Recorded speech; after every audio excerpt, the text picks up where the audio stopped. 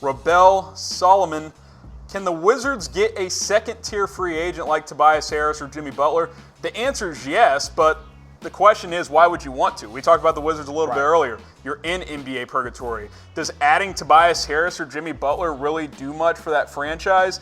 I mean, it's probably a playoff team in the East at that point, but again, you're winning like 42 games and you're the 7th seed of the East. That is not a place you want to be. I mean, can you imagine if Jimmy Butler got frustrated with the Timberwolves and the Chicago Bulls? Imagine how frustrated he'd get with Dwight Howard.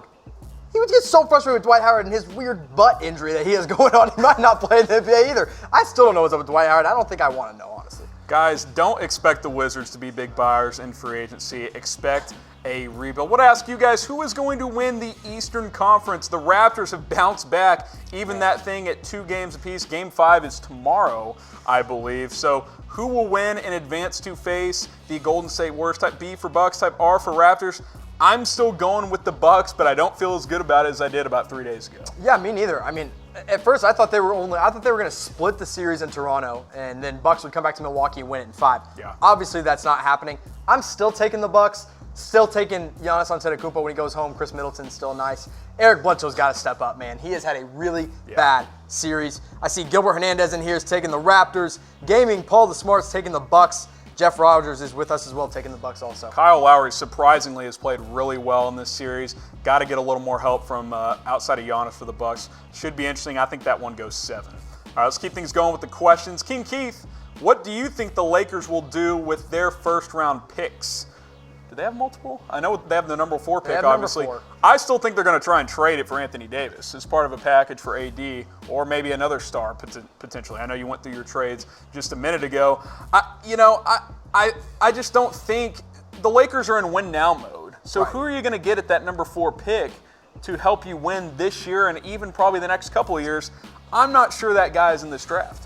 I'm not sure either, but if there were guys that could help you win now, it's Jarrett Culver and DeAndre Hunter. Yeah. I think those are the 2 guys within the top 5. I have them top 5 on my big board that would help you push into that series push into the playoff picture immediately because of their experience in college, because of their builds, and because of the skill set. Like DeAndre Hunter, that 3-point shot is going to translate. He can to the contribute next right away. Absolutely. And Jarrett Culver, not a shooter. The Lakers need shooters, but he can still contribute right away. Now, a guy like Darius Garland, who they've been rumored to be looking at because of the whole Clutch Sports tie, I don't think he's a guy that steps in and pushes you into the Western Conference playoff picture. No, I don't think so either. MrQuibbles, which NBA team, love the name by the way, which NBA team has the bleakest future going forward in terms of cap flexibility, draft assets, and free agency desirability? For me, it's Detroit or Washington. I mean, Washington's a good one, although I think Beal's a pretty tradable player, so if you want to clear cap and get some assets there, that's one way to do it. You know what? I'm going to throw one out there that might throw some people off. Hit us. The Houston Rockets. Ooh. You've got that Chris Paul contract. That's a nightmare. It is a nightmare. You're going to have to give Harden that supermax pretty soon, if they haven't already. I'm not sure. Either way, he's going to be making over $40 million a year at some point. I think their window, they're still going to be in the mix next year, but you wonder if their best 2 chances have passed the last couple of years. You look at that franchise 2-3 years from now, they could be in a bad place. Absolutely. Imagine if Houston was in Portland's situation and they had that path, they'd be in the Western Conference right now, conference finals right now. Yeah. Without KD and the Warriors, things would be a lot different. Washington, Detroit are both good options. Washington is like we've been saying on this show. We've been talking about the Washington Wizards a lot, really randomly, but they are in a really dark place. If Kemba leaves Charlotte, I don't know who decides they want to pack up and go to Charlotte. That's not a very desirable place, but their cap flexibility isn't that bad. Yeah, well, speaking of James Harden and the Houston Rockets, who is going to win the NBA MVP? I'd be shocked if it wasn't the Greek Freak. I'm taking Greek Freak on both sides of the ball. I thought you were going to say James Harden and we were going to get into a little argument here, but it sounds like we're on the same page with Giannis Antetokounmpo as the MVP this year. All right, let's keep it going. Robel Solomon again. What's tanking going to get the Wizards when it got the Suns nowhere after contending for a playoff spot 5-6 years ago, and they haven't won 30 games since? Look, tanking's not a foolproof system. I'm not saying that it is. I'm just saying what's the alternative for the Wizards? John Wall is coming back from an Achilles injury. He's probably going to miss most of if not maybe all of next season, at least half of it probably. Through February at least. Bradley Beal is a guy that's not very happy there. You can get a lot for him. I just think that's a guy you're going to move. Dwight Howard is lost in today's NBA. That's not He's a piece just you lost. build. Dwight Howard's just lost. Yeah, you've got a bad contract in Otto Porter Jr. Look, I mean, I'm not saying try to win now. I just Otto Porter's with the Bulls now. They traded him. Remember that? Yeah. See, we're talking too much about the Wizards. I didn't even know that. So either way, I just don't see the Wizards. And who are they going to attract? What are you going to sell free agents on? Hey, we got a good point guard who can't really shoot. He's coming off the Achilles, and a shooting guard who we're kind of trying to trade, but we want you to come play for us. The Wizards' best chance to get to win mode was like when Kevin Durant was entering free agency the first time. There were talks of him wanting to go home to DC. Well, that window's closed. He's not even going to consider them this summer whatsoever. But when you talk about tanking, let's think about this. I mean, things have changed. With the lottery odds changing, Pelicans jumping up to the #1 spot, it's basically changed tanking as we know it. But the Suns, in particular, they haven't had solid coaching. They have the talent with Devin Booker, DeAndre Ayton. I hope they get someone this year, and they're at least interesting. Really poorly run franchise. Just if you want to use that example, that's fine. But on the other end, for the most part, it's worked fairly well for the Sixers. I mean, obviously they'd like to get further in the playoffs, but I just don't think the Wizards have the assets to attract talent right now, and I think you're better off bottoming out and trying to regroup over the next few years.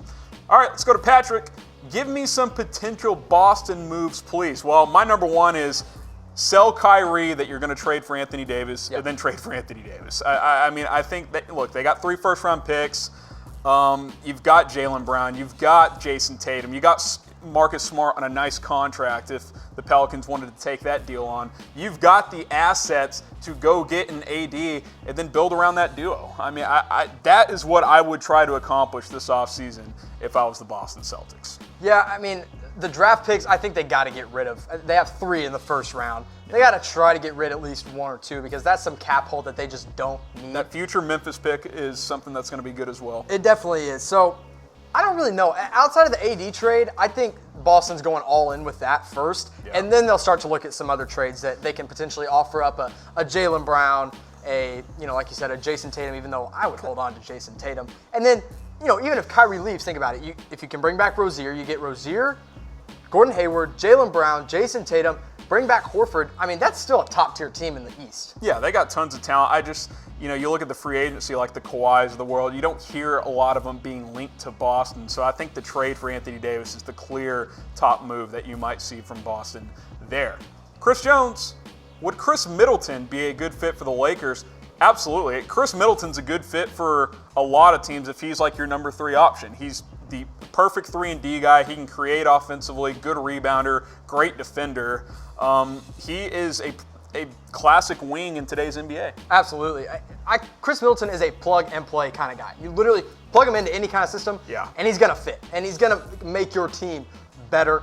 For my Dallas Mavericks, I would love for them to go after Khris Middleton, but I don't think he's leaving Milwaukee. He's a great, like you said, #3. Right now he's a #2. So that's kind of problematic. I think Milwaukee needs to go out, potentially try to get somebody else to make the #2 next to Giannis. But since Giannis is so good, it's okay. I don't know if you can get greedy if you're Milwaukee. I think you just have to pay Khris Middleton. I was going to say, no free agents are going to be like, man, Milwaukee?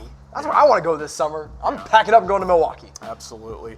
All right, guys, we want you guys to shout out your city. We like to do this stuff a lot of times, go live, hear from you guys. We want to know where you guys are watching from.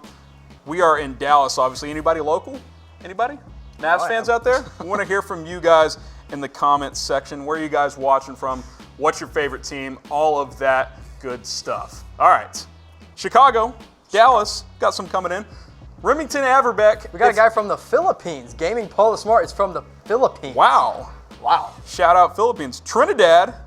We're mixing it up here on Chat Sports. Let's get interesting here. Get back to the questions here. Remington Averbeck, if Golden State were to trade Stephen Curry, where would he go?